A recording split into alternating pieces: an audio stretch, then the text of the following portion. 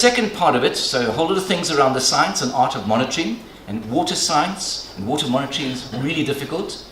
You do need to be trained. It's not a gung-ho approach. You can just go and put a little sample and go and collect it and try and take it off somewhere in the lab. It requires a much more of a concerted effort and an understanding of what is happening to that water flow. The analytical aspect, we've been pretty good at that. Lots of stuff going on there, and statistics for me is really important what my students are doing, that they understand that and they take that data and are able to work with it. And again, that's part of what we know already within the water sector. It's been mentioned here already around that. The modeling is really interesting because it's helping to put information into the decision-making mode. And so there are lots of really exciting models coming out there. PC Swim is probably known to most of the engineers. What about Mike Urban? What about Mike Shee?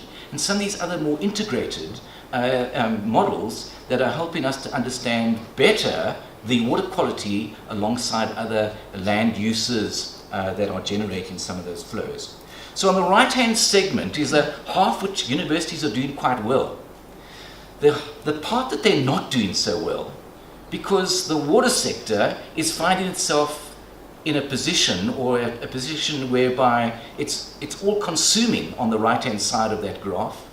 What I'm finding really difficult is where's this management, this leadership, and this communication of science in the development of these skills. And it's not that they're not there, it's that we're not pulling those students into the discussion.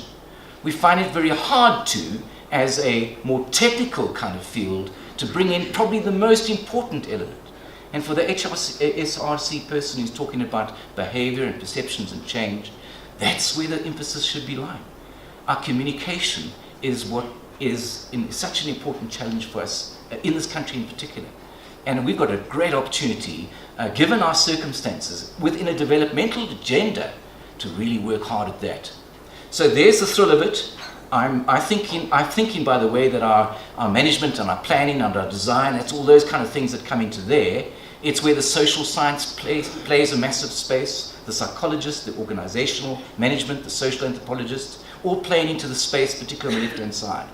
And I want to see that space becoming not so much a pie, but become much more integrated in the way in which they're operating. And then for me, the one in the middle that I think is really missing is our leadership. And our leadership training in water is probably one that I think I'm seeing the least amount of champions out there who are motivated and inspired by our water challenges. I think that schools are being perhaps not feeding into the whole leadership program well enough. Now some schools are, but broadly we need to get a much greater and stronger leadership training at our schools. Now I'm going to take you, and hopefully inspire you, a little video in a moment, but I'm going to take you to a site in which we are working on at the moment, because I want to show you in that the diversity of skills that are brought together in a practical way. And this is a site in Franschhoek, as I spoke about early on, picking up the Vel de Vie water bottle just now, not so far away from where we are. We've had this incredible opportunity to work on an old wastewater treatment plant that has become decommissioned from the Stellenbosch municipality, and we're turning this, using the same infrastructure as much as possible, into a demonstration, training, research and innovation centre. And I'll show you a video on that just now. That's a concept of what it looks like. If you go onto the YouTube, you'll see the video that I'm going to show you just now as well. And it's not only about water, though it's called the Water Hub, but you can't sell water because everyone's familiar with water. You need to make sure that water, energy and food, our big global challenges, our massive challenges in South Africa, are brought together and show how they get linked. And so that's partly what we're trying to do there. And those two tanks in the background are two sludge ponds in the background, or tanks in the background. That's what I call for my students when they stand up there, my think tanks. We're going to think differently. And as someone else said, we're going to change the stink tanks into think tanks. And there are two of my students, and here's just two of many. But I'm putting them up there because here we're bringing two worlds into one. Seville on the left-hand side, you won't mind me saying this, he's a PhD student. I know him well. I've known him for the last 5 years, and I helped supervise his master's degree earlier on. I know exactly where Seville lives. I've been to his home, know a lot about his family. Seville is a township man. He grew up in the most deprived schools and a difficult system. When I asked a civilian the other day, we've got to paint the roof of that house. He said at the age of 29, I've never painted before. And I'm thinking, didn't know that. So now, Civili knows how to paint because we painted a whole roof, and he's now got basic skills in that sense. And it's completely different to the kind of skills he's learning as an academic and as a student in planning as he works. But it's interesting. We're learning together. Connor on the right-hand side is a social scientist largely, and he's working on understanding how people live in the new sustainable houses. The site we're working on is completely off the grid, so everything we do is being powered by the sun, by the sanitation system as well, as all being managed on site without any grid to assist.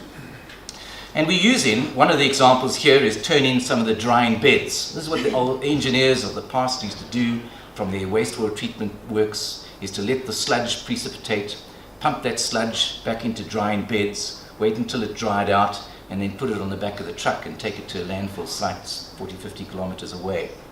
That's how it operated.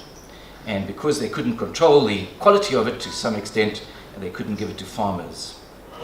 And then the other point I want to make before I show you the video is this is a site which enables students to engage with the reality as close to scale as possible.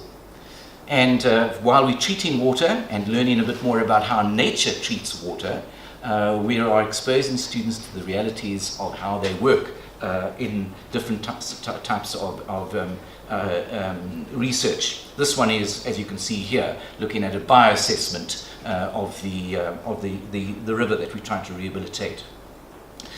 Now, let me show you the video and just take you into that very quickly. Yeah, did I right? So, I'm just going to let it run. I'm going to talk over it. It's about 6 and a bit minutes long, and I'll give you some